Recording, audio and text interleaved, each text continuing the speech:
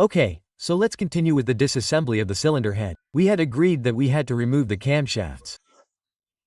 First, we have to remove the intake camshaft and then the exhaust camshaft.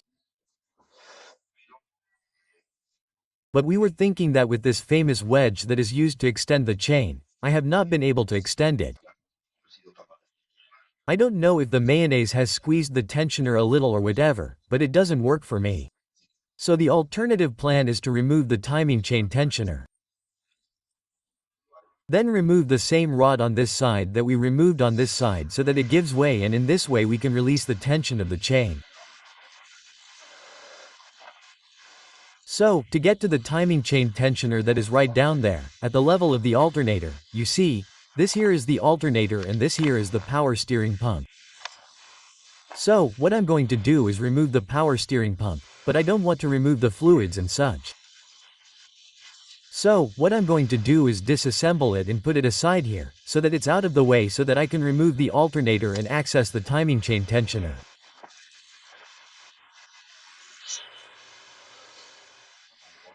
So, let's remove I'll tell you.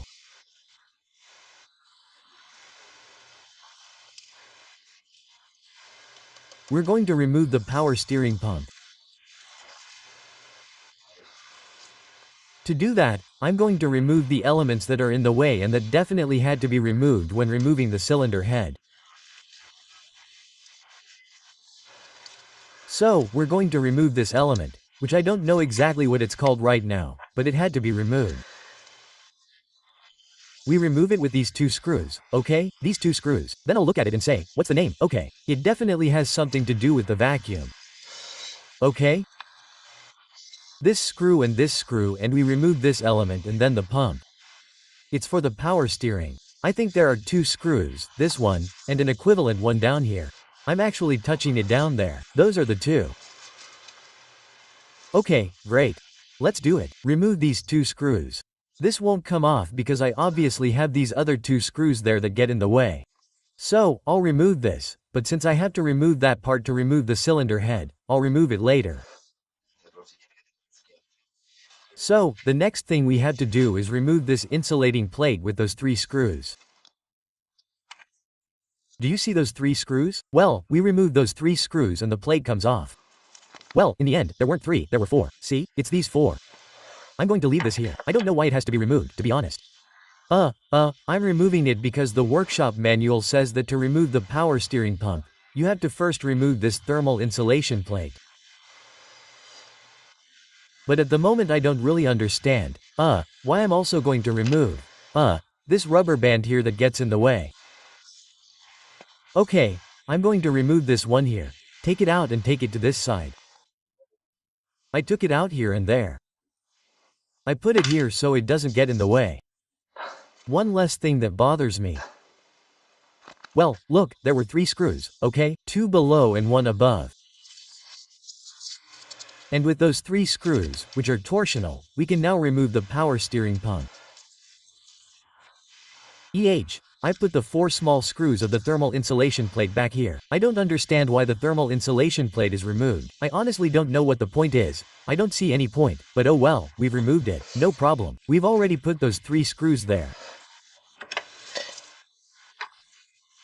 So, here we can see the two upper screws of the alternator and then there are two more below.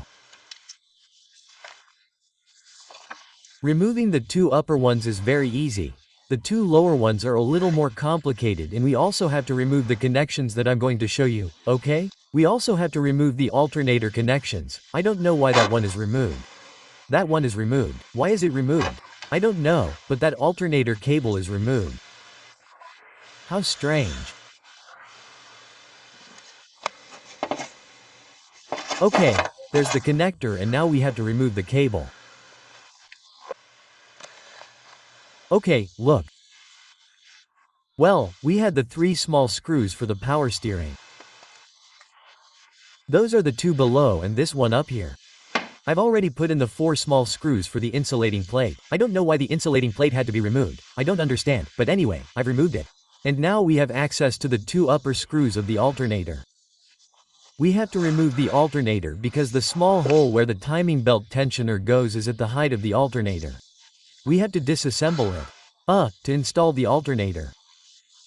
The right thing to do was, which is what we've done, remove the tank, that is, the power steering pump that we've already removed. There's no need to disconnect anything else. So, those two screws, and then there are the ones below that are much more difficult to access. Let's see how I can access those screws. Okay. And then the alternator had this connector removed here. I don't know if I removed it, because it doesn't ring a bell, or if it was already removed, I don't know. Veil.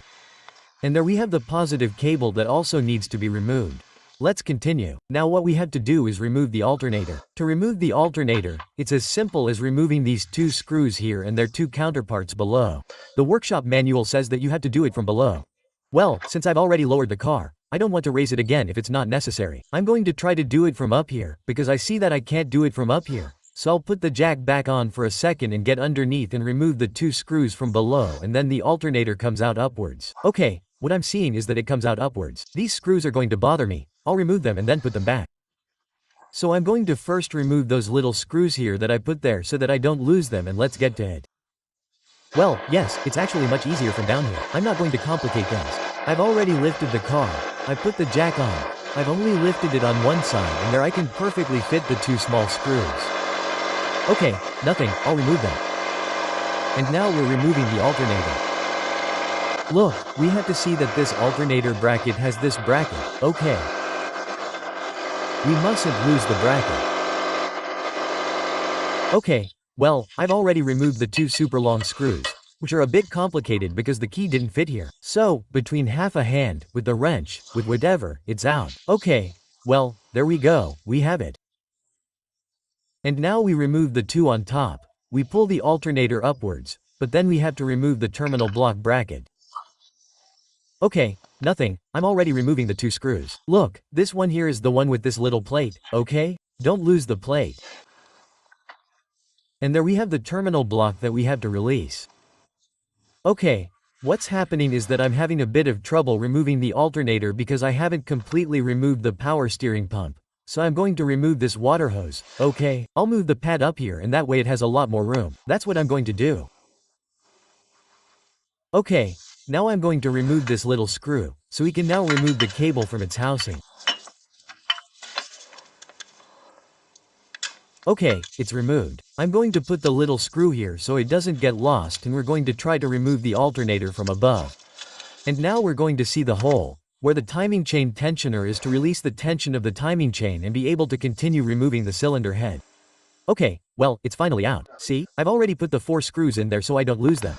Now we have the alternator out. In the end, removing the alternator on this car isn't that difficult. It's a bit of a pain, but it's not that hard. Okay. So what we have to do is access it. Look, this one there, that black thing, that black circle is the timing chain tensioner cover. That cover also seals, and it's a retainer so that oil doesn't leak all over the timing case. So, now that we remove it, which has to be drilled out, we have to put in a new one. Okay, it costs about €3 or €4, so it's not a huge deal, but it has to be done. So we have to drill out and remove it. That's the trick.